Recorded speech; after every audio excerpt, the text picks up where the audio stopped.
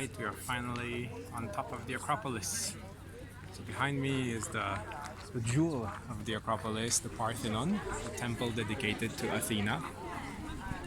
Unfortunately, it's under scaffolding because it's a continuous project to rebuild it with the parts that defined in digs all around the Acropolis. They keep finding new pieces that they can add on top of the Parthenon, so they're still working on it.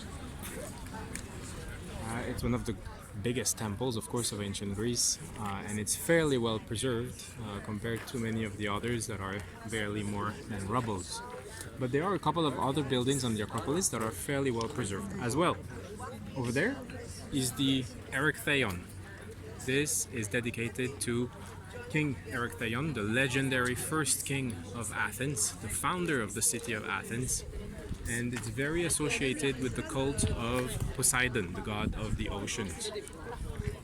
And behind the camera is the entrance to the Acropolis, the Propylaeon. This was built around the same time as the Parthenon to present a very impressive, massive entrance to the Acropolis, the holiest part of Athens, the high sacred city of the gods. So a lot of things happen on the Acropolis, mainly religious festivals and celebrations, and even to an extent daily religious rites. But all of it was really soaked in religion. There were a few buildings with political aspects over there that had more to do with the daily running of the city, the government of the city. But most of the more impressive, the dominating buildings were religious in nature. So that little temple behind me up on the hill, right by the entrance of the Acropolis, is the temple to Atena Nikk. That's Atena, goddess of victory. And what's interesting is that there was a wooden statue of Athena in that little temple, and it had wings because the Athena, when she's the goddess of victory, is always represented with wings. But the Athenians, they cut off her wings to prevent her from flying to their enemies and to make sure that victory was always on their side. So she became the wingless victory. Behind me is the Theon. Supposedly it is the holiest part of the Acropolis for the ancient Greek, as it was in this very spot that Athena and Poseidon fought over who would be the deity, the god or goddess associated with the city of Athens. I think, as the name suggests, you can guess who won that contest. But basically, the contest was over what gift they would provide the Athenians, and who would the Athenians choose based on that gift. And so Poseidon struck the ground with his trident, and a spring of water came out of the spot that he had struck. Unfortunately, according to the myth, it was salted water because Poseidon was the god of the sea. Whereas Athena offered them the olive tree, and the olive is a very important plant for the people of ancient Greece because it provides them with food. You can eat the olives, and oil. You can make oil out of the olives to use for all sorts of purposes in Greek cuisine. What about the wood? And you can make things out of the wood from the olive tree, so it has many purposes. We are on a hill that was very important to the life of the people of ancient Athens. This hill is called the Pnyx, and this is where the ecclesia, the assembly of the citizens of Athens, would meet to discuss and vote on laws for the city of Athens.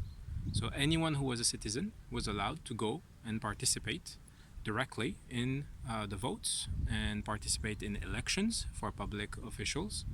And it's not like today where you vote for someone who will represent you in Congress. At the time, every citizen was part of Congress, and this was where Congress met.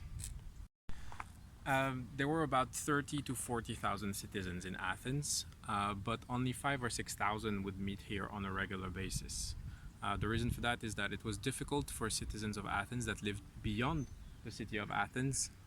Those who lived much further would have to leave their work for a day or several days in order to get here and participate in the political process.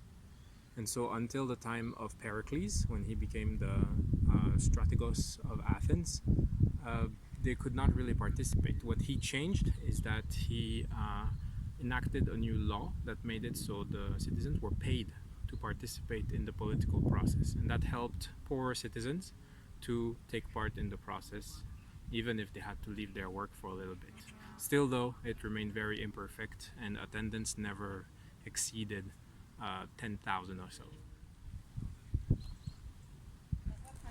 So behind me is the Agora of Athens, a place where people would meet to trade. So that would be, for instance, where the markets would be held, but also to discuss things like politics. And so it was a public square where all sorts of public events would take place.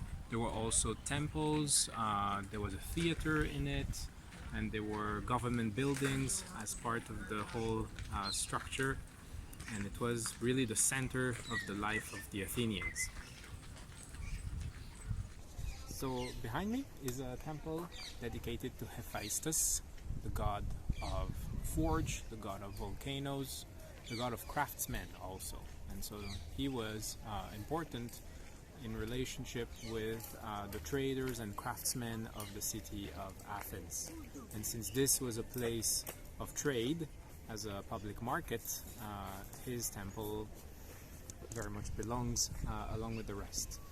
It's worth mentioning that this temple was also at times associated with Athena, with the Athenian hero Theseus, and in later times it was even turned into a church.